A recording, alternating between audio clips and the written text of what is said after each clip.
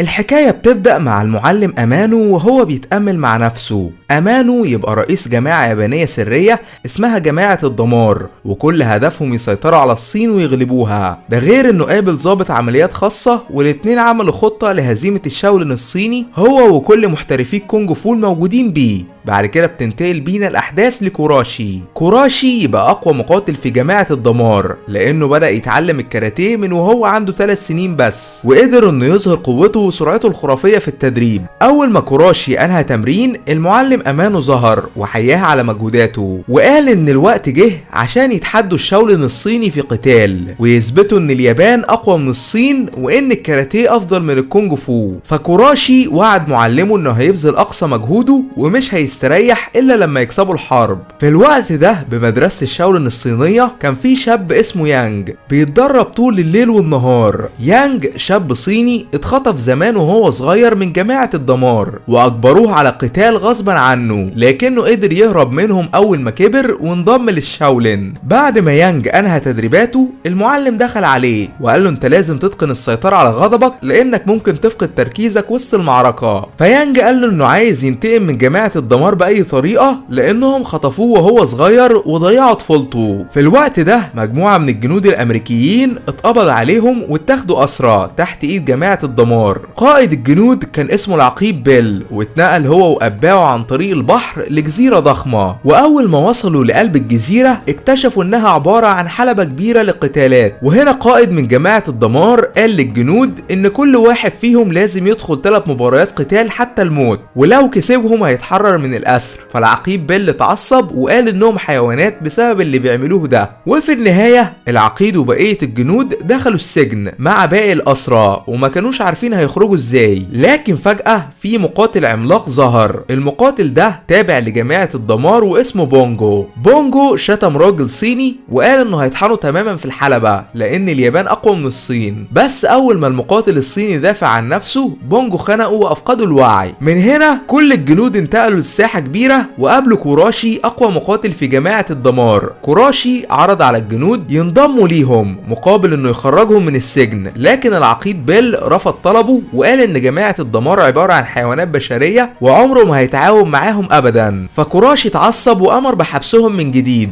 اما يانج جهز نفسه وقرر انه هينطلق لجزيرة جماعة الدمار عشان يواجههم ويرجع حقه. وهنا معلم مدرسة الشاولين طلب منه ياخد حذره، لانه هيواجه مقاتلين مدمرين عديم الرحمة، واتمنى له التوفيق في رحلته. بالفعل يانج اتدرب على اساليب الكونج فو السرية عشان يخلص على اي حد يقف بطريقه. بس للاسف قبل ما يبدأ رحلته اكتشف ان معلمه توفى، فدفنوا في حزن شديد. بالوقت ده بنكتشف ان جماعة الدمار خطفوا مجموعة كبيرة من الشباب الصغيرين عشان يدربوهم غصبا عنهم ويخلوهم سفاحين عديم الرحمة. ده غير ان كوراشي فضل يزعق فيهم وقال لهم ان اللي هيرفض يتدرب هيترمي في البحر. وهنا بنعرف ان يانج وصل لشاطئ الجزيرة وكان حاسس بالغضب لانه اخيرا هتجيله الفرصة عشان يحقق انتقامه. بالفعل يانج دخل قلب الجزيرة واقتحم الحلبة بدون خوف، لكنه اتفاجئ بكوراشي وأتباعه. وهنا بنعرف ان يانج وكوراشي كانوا اصدقاء اعزاء لانهم اتدربوا مع بعض في جماعة الدمار وهم صغيرين. لكن يانج هرب بعد ما كبر والاتنين انقلبوا لاعداء. في نهاية المحادثة ما بينهم يانج قرر يدخل الحلبة عشان يتحدى بونجو المقاتل الضخم. وهنا بونجو خلص على مقاتل صيني مسكين لانه عايز يخوف يانج ويرعبه. فيانج اخد الراجل الصيني وسلمه للجنود الامريكان عشان يدفنوه. بعد كده استجمع تركيزه وقرر يواجه بونجو وينتقم منه بسبب اللي عمله. بالفعل القتال ما بين يانج وبونجو بدأ، وهنا بنلاحظ فرق الحجم الرهيب ما بينهم لان بونجو عملاق وقوي جدا. في الاول يانج حارب بمهارة وقدر انه يسيطر على بونجو بسهولة بسبب سرعته واتقانه للكونج فو. ده غير انه مسكه ظبطه قدام الجميع وخلاه ينزف بشدة. طبعا بونجو اتفاجئ وما كانش مصدق نفسه، فقرر يقاوم لحد اخر نفس بس بدون فايدة، لان يانج غفله ووجه له ضربة قاضية دمرته تماما، لكنه مرضيش يقتله وسابه يعيش. وهنا بونجو الندل قتل واحد من الاسرى وخلى يانج يتعصب عشان يقتله من جديد. فيانج رجع، لكن المرة دي ما رحمش بونجو ابدا ونزل فيه طحن لحد ما قتله. وبكده يانج كسب اول قتال ليه وقرب انه يواجه كوراشي وش لوش. بعد كده راح عشان يدفن كل الاسرى الصينيين اللي ماتوا غدر وحس بحزن شديد، لكنه لما كان بيستريح في غرفته اتفاجئ بايكو. ايكو تبقى بنت المعلم امانو رئيس جماعة الدمار، لكنها طيبة وكانت بتحب يانج، ده غير انها كانت متضايقة منه لانه قتل ولطخ ايديه بالدم. فيانج قال لها العنف هو الحل الوحيد لفك الصراعات، ولازم ابقى قوي عشان انتصر على اعدائي. يانج راح لكوراشي في ساحة التدريب وقال له مباراتي معاك قربت واخيرا هرجع حقي من جماعة الدمار لانهم خطفوني وانا صغير. فكوراشي امر مجموعة من محاربي الساموراي يدخلوا معاه في قتال، بس يانج ماهر جدا وقدروا انه يتفاداهم بسرعة البرق، لدرجة ان كوراشي اتدخل ووقف المعركة وقال ليانج استمتع بحياتك لان بعد ما هخلص قتال معاك هتكون ميت، وكسر سيف حديدي بايده عشان يظهر قوته الحقيقية ويخوف يانج. من هنا كوراشي امر كل جيوشه يستعدوا للحرب ضد المقاتلين الصينيين، ده غير انه اخد 3 من الجنود الامريكان وامر اتباعه يدخلوهم لمكان مظلم تحت الارض. ال3 جنود ما كانوش فاهمين ايه اللي بيحصل، لكن فجأة في شخص ظهر وخطف واحد منهم فحسوا برعب شديد، ولما كانوا بيستعدوا للقتال الشخص الخفي خطف تاني واحد بسرعة البرق. في النهاية اخر جندي وقف مرعوب ومتثبت في مكانه، فالشخص المجهول ظهر، وهنا بنعرف انه محارب مسخ عنده انياب ومخالب حادة. في الوقت ده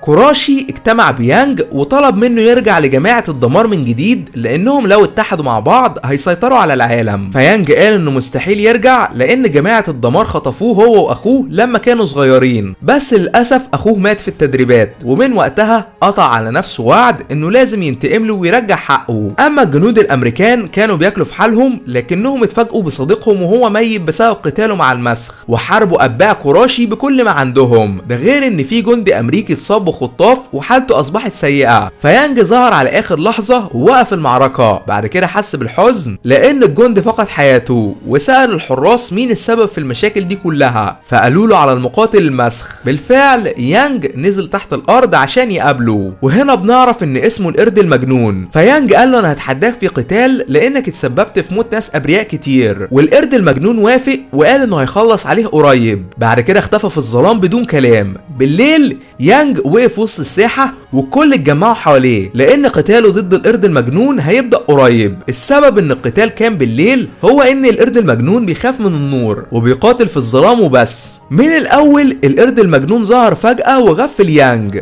اما يانج اتفاجئ من قوة وسرعة خصمه وضرباته المميتة لانه بيتميز بمخالب وانياب حادة ممكن تقطع اي حاجة بطريقها. لكن مع الوقت يانج بدأ يدرس اسلوبه القتالي وقدر انه يوقعه من اعلى السلالم ونزل فيه طحن بدون رحمة. فالقرد المجنون فاق والاتنين اكملوا بالقتال. المعركة ما بينهم كانت اسطورية واستمرت لدقايق طويلة، ده غير انهم طلعوا لمبنى عالي والقرد المجنون كان هيوقع يانج من عليه. وهنا بنكتشف ان في واحد من اصدقاء يانج عامل كمين واشعل حلقة من النار عشان القرد المجنون يفقد تركيزه لانه بيكره النور. فيانج استغل فرصته وهجم عليه بشراسة ملهاش مثيل لحد ما غرقه في المية وكسب المعركة اخيرا. طبعا كوراشي اتعصب وكان هينفجر من الغضب. تاني يوم يانج راح عشان يدفن الجنود اللي ماتوا وقابل الحانوتي، وده هو اللي اشعل النار وانقذه في القتال، فشكروا بشدة على مساعدته ليه. بس للاسف كوراشي الخبيث علق كل الجنود الامريكان وطلب من العقيب بيل ومساعده يقتلوا يانج والا هيقتلهم كلهم. في البداية يانج كان متردد، لكن العقيب بيل ومساعده هاجموه لانهم عايزين ينقذوا اصدقائهم من الموت. وهنا يانج استخدم مهاراته الخرافية بالكونج فو وقدر انه يسيطر عليهم بسهولة. بعد كده وجه لهم ضربات اسرع من البرق خلصت عليهم تماما. حتى الحانوتي دخل الحلبة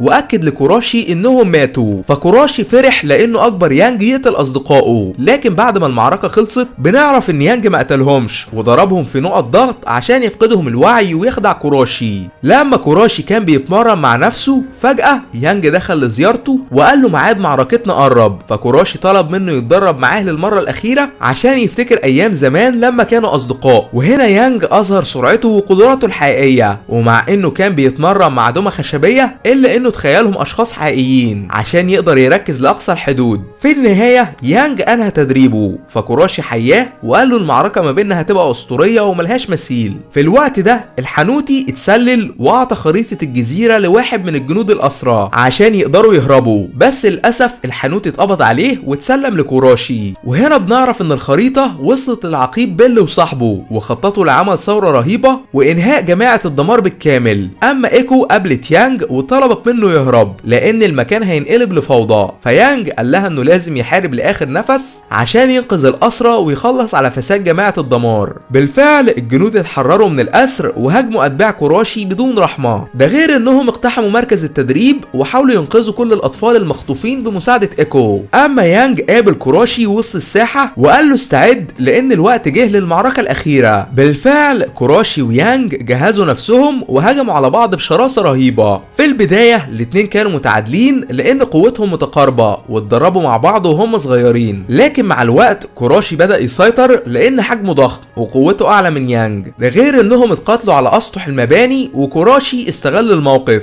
وقدر انه يوجه ليانج ضربه قويه وقعته على الارض. لكن قبل ما يانج يستسلم افتكر اخوه الصغير اللي مات بسبب جماعه الدمار واسترد قوته من جديد ووقف على رجله. بعد كده هو وكوراشي ضربوا بعض في نفس الوقت، لكن ضربه يانج كانت في القلب وقدر انه يكسب المعركه. قبل ما كوراشي يموت زعق وقال ان جماعه الدمار مستحيل تخسر. بعد كده وقع من مكان عالي وفقد حياته، بس لما اتباعه شافوه وهو ميت رموا اسلحتهم واستسلموا. فالجنود حسوا بسعاده كبيره واحتفلوا بيانج لانه قدر ينتصر اخيرا وحقق انتقامه ضد جماعه الدمار. وده كان ملخص الفيلم. اشترك يا صديقي عشان توصلك اقوى الملخصات كل يوم، واشوفكم عما قريب باذن الله.